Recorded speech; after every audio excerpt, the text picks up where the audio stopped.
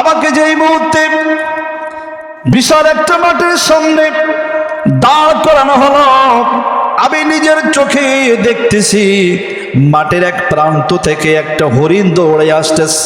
সুবহানাল্লাহ বলেন। কি আসতেছে? আরো জোরে বলেন, আরো জোরে। হরিণ আসতেছে। কোন দিকে? মাঠের এক প্রান্ত থেকে একটা হরিণ দৌড়াতে দৌড়াতে আসতেছে।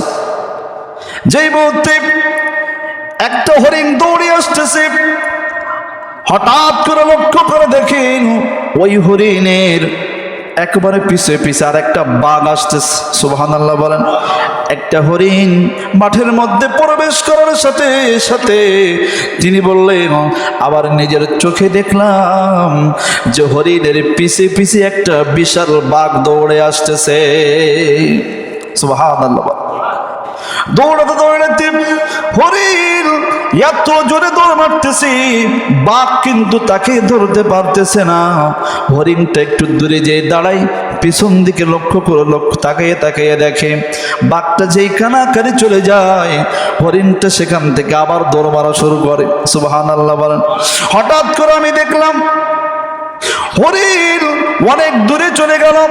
হঠাৎ করে একজন ব্যক্তি ওই হরিণটাকে ধরার জন্য ওই হরিণের পিছনে তিনি বল্লক নিয়ে এবং হরিণ ধরার যন্ত্রপাতি নিয়ে সরঞ্জাম নিয়ে দৌড়ানো শুরু করছে। ও পৃথিবীর মানুষেরা, বাস্তব চিত্র আল্লাহ পাক আমাকে দেখাইয়েছেন। আমি দেখলাম ওই হরিণটা ধরার জন্য প্রথমে বাঘ দৌড়াচ্ছে এবং মধ্যিখানে ওই হরিণটা ধরার জন্য একটা মানুষ হরিণের পিছনে ছোটা শুরু করে দিয়েছে। সুবহানাল্লাহ। কিন্তু ওই ব্যক্তি জানে না যে তার পিছনে বাঘ আছে। কি আছে? ও জানে না যে তার পিছনে একটা বাঘও আছে ওই হরিণটা ধরার জন্য। ওই হরিণ, সুন্দর হরিণ দেখে, বড় সুন্দর হরিণ দেখে ও মনে করতে ধরতে পারলেই তো আমার লাভ। ধরতে পারলে কি আমার লাভ? বর্তমান 2200 টাকা কেজি। আর সে সময় কি ছিল? হ্যাঁ, ধরতে পারলে আমার লাভ। ও হরিণ দৌড়ানো শুরু করছে। কিন্তু বাঘের কাছে কি মানুষ দৌড়েই পারে? কত বলেন? পারে? তিনি বললেন, পৃথিবীর মানুষেরা, এই মজার দৃশ্যটা আমি দেখলাম। দেখতে দেখতে আমি দেখতে পেলাম ওই ব্যক্তিটা যেই মুহূর্তে হরিণকে ধরতে যাবে, হঠাৎ করে পিছন দিক থেকে ওই বিশাল বড় বাঘটা এসে ওই ব্যক্তির ঘাড় মোড় ধরে একেবারে একটা নাড়া দিয়ে ঝাড়া দিয়ে সাথে সাথে ওই ব্যক্তিকে সেখানে মেরে ফেললে। ও মারা গেল। হরিণ তাকিয়ে দেখে ওই ব্যক্তিকে বাঘে খাচ্ছে, আর হরিণ কি তাকাইয়া তাকাইয়া দেখতেছে যে আমাকে ধরবি, আমাকে ধরার আগে দেখ তো কে ধরলো।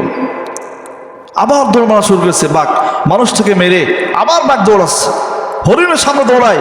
হঠাৎ করে আরেকজন ব্যক্তি আসলেন হরিণ ধরার জন্য। সেও হরিণের পিছনে ছুটতেছে, কিন্তু পিছনে যে বাঘও আছে হরিণ ধরার জন্য তার কোনো খেয়াল নাই। তার কোনো কি নাই? খেয়াল নাই।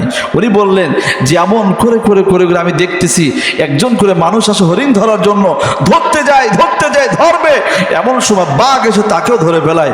আমার নিজের চোখে আমি স্বপ্নের মধ্যে দেখলাম ওইটুকু সময়ের মধ্যে 100 জন মানুষকে বাঘে ধরে ফেললো, কিন্তু সেই মানুষগুলা হরিণটাকে টাচ করতে পারলো না।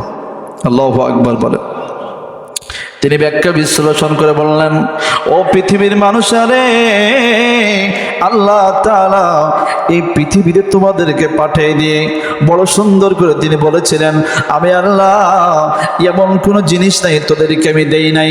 এই পৃথিবীর মধ্যে চলাচল করার জন্য, ওঠা বসার জন্য এমন কোনো জিনিস নাই যেই জিনিসটা আমি তোদেরকে হাদিয়া করে নাই, দেই নাই।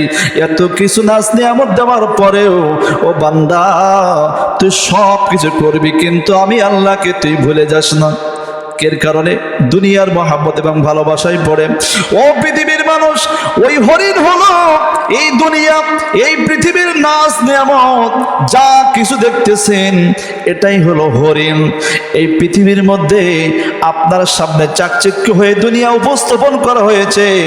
আপনি সারাটা জীবন এই দুনিয়াটাকে ধরার জন্য, দুনিয়ার জীবনে অনেক বড় হওয়ার জন্য, দুনিয়ার জীবনে অনেক বিল্ডিং বালাখারা করার জন্য, লক্ষ লক্ষ টাকা, কোটি কোটি টাকা ইনকাম করার জন্য কত না কষ্ট করতেছেন।